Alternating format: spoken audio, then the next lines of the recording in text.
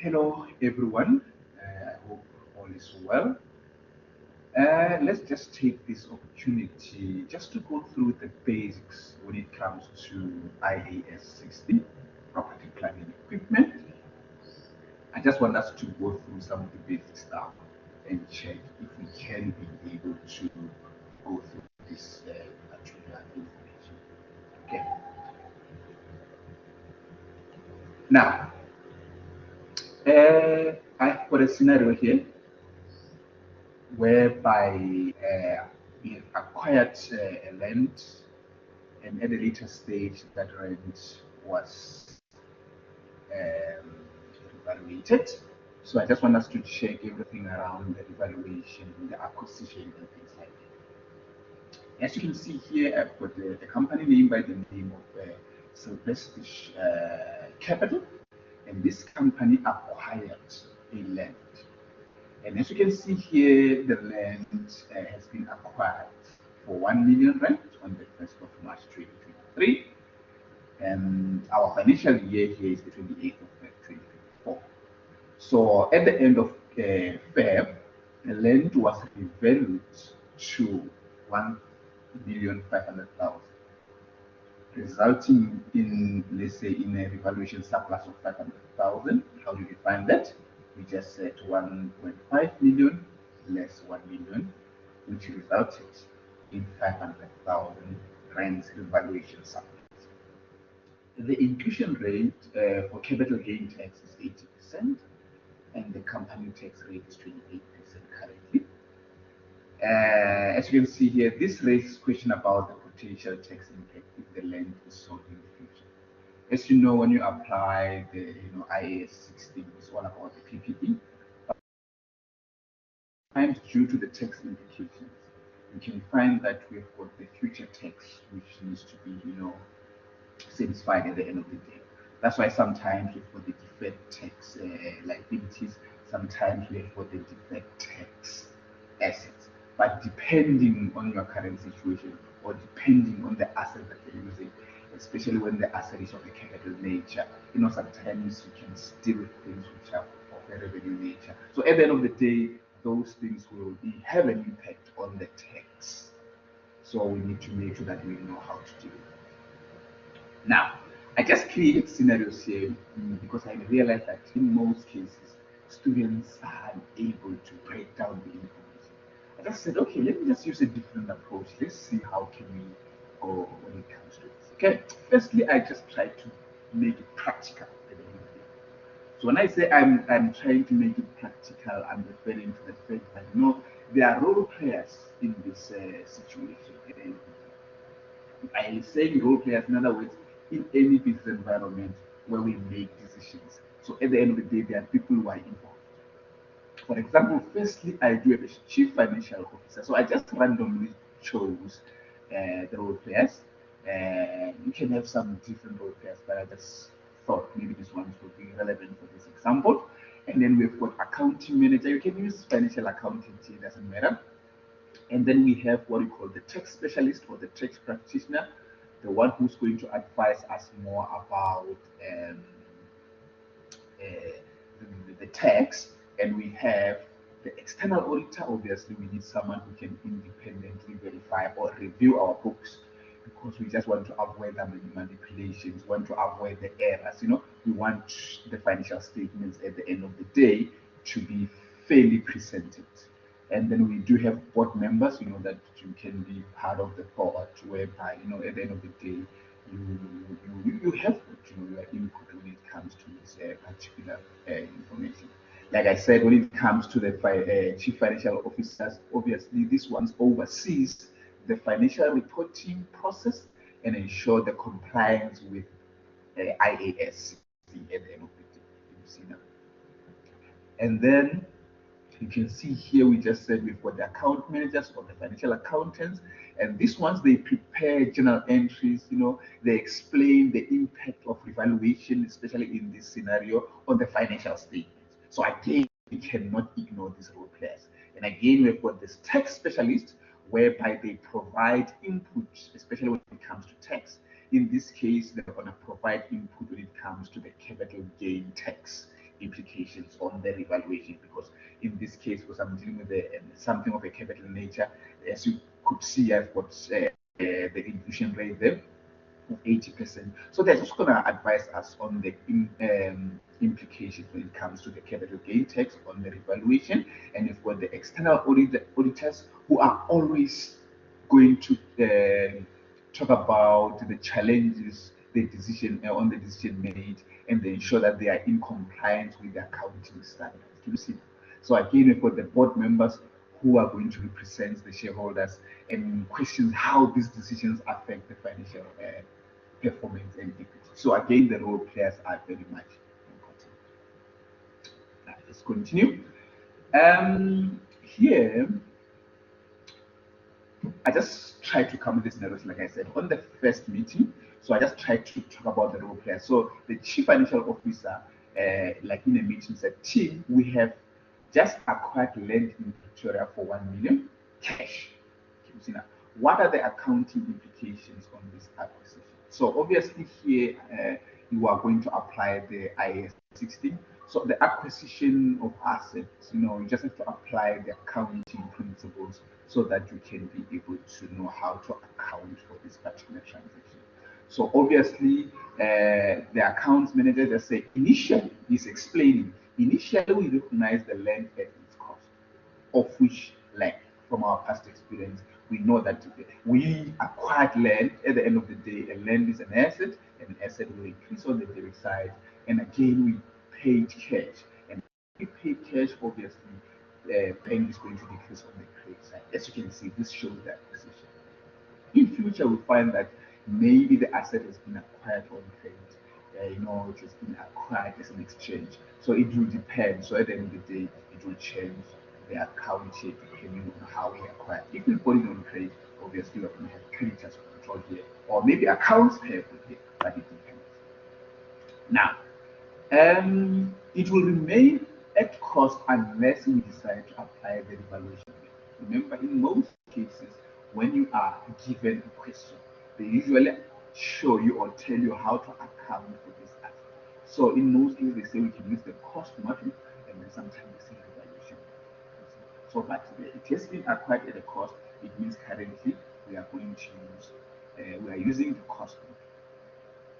Now, still there, the board member, what is the benefit of using revaluation model? The account manager replied, revaluing the land to the fair value reflects its true market value. Remember, the value of the asset changes due to the current circumstances, which may enhance the statement of financial position. By the statement of financial position, we are referring to this balance sheet. However, the changes in the fair value go through the revaluation reserve. It goes through the other comprehensive income, OCI, and do not impact profits directly. So I think you will know as the time progresses, when you've got revaluation reserve or maybe surplus, it doesn't affect the operating profit there. It usually affects the other comprehensive income. And again, you will see the impact there after it comes to the tax. Now, let's talk about the revaluation, which took place on the 28th of February 2024. So obviously here is the responsibility of our tax specialist to update us about the implication. So the CFO, our land has been revalued to 1.5 million. What does this mean for tax purposes? So obviously remember the asset was acquired for 1 million, but currently it has been revalued to 1.5 million. So it means there's a difference of 500,000. So there are tax implications when it comes to that 500,000. But let's take it further. The tax professional says the revaluation surplus of 500,000 does not immediately affect our tax liability because unrealized gains are not taxable. This is very much important. The unrealized gain will not be taxable, meaning the realized gain. Meaning we will need to wait until we sell this land in question, and so that we can be able to tax it.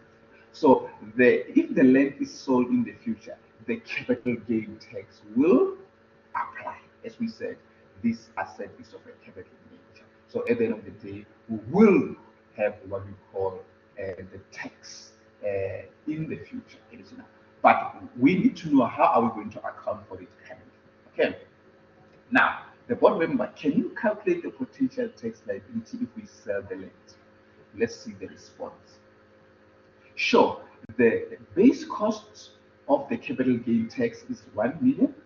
If sold for the current fair value of 1.5 million, the capital gain is going to be as follows. This is how to calculate the capital, you see. So obviously, we take the difference between the fair value or the selling price and the base cost.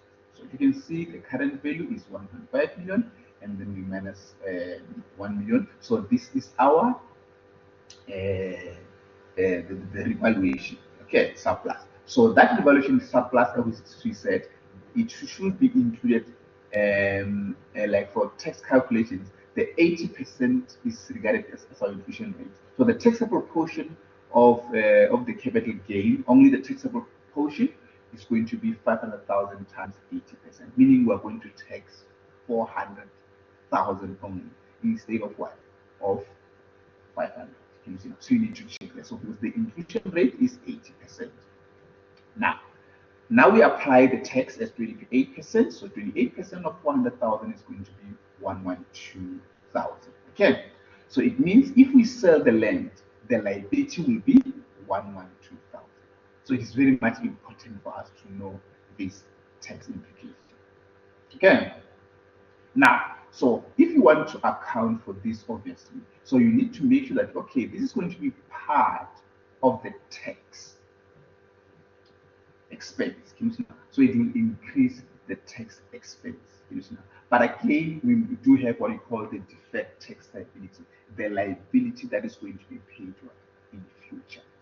So the two accounts involved will be the tax expense or income tax expense, and then thereafter the deferred tax expense, deferred tax liability will also be involved or recognized. So at the end of the day, the statement of financial position will be affected, and then the statement of profit and loss and other comprehensive income is going to be affected.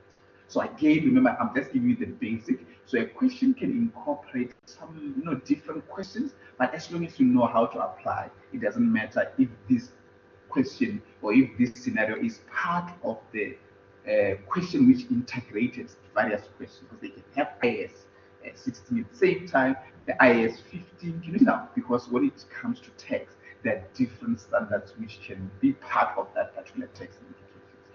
So it's very much important for us to be able to do this. Okay, now let's take it further. The board member, should we reconsider revaluing the land given this potential tax liability? Let's see the response. The account manager says this revaluation itself does not create a tax liability. It only reflects the fair value of the financial reporting. For the financial reporting purposes, the tax arises only when the gain is realized upon the sales. This is very much important. But remember, you will go through those international accounting standards. So you must refer to make sure you are used to those standards so that you can be able to apply. Now we are going to present to the board, the CFO to the board. The land revaluation enhances our equity by 500,000, improving the balance sheet, meaning the statement of financial position. The tax implication arises only upon the sale, and estimated liability at today's fair value will be what? 112,000. This should be considered in our long-term planning. Remember, at the end of the day, all these books which we are compiling these books or preparing these books for our users. As you know, board is one of our users. I know that when you talk about the users, we talk about people who are interested in the books of accounts. They rely on our books in order to make decisions. You can even talk about auditors, people who are interested in the books of accounts. You can even talk about SARS. SARS is interested in our books of accounts. Okay. Now, account manager, okay, the revaluation itself does not create a tax liability. Like we said from the previous discussions, it only reflects the fair value for financial reporting purposes. Tax arises only when the capital gain is realized upon the sale. Okay.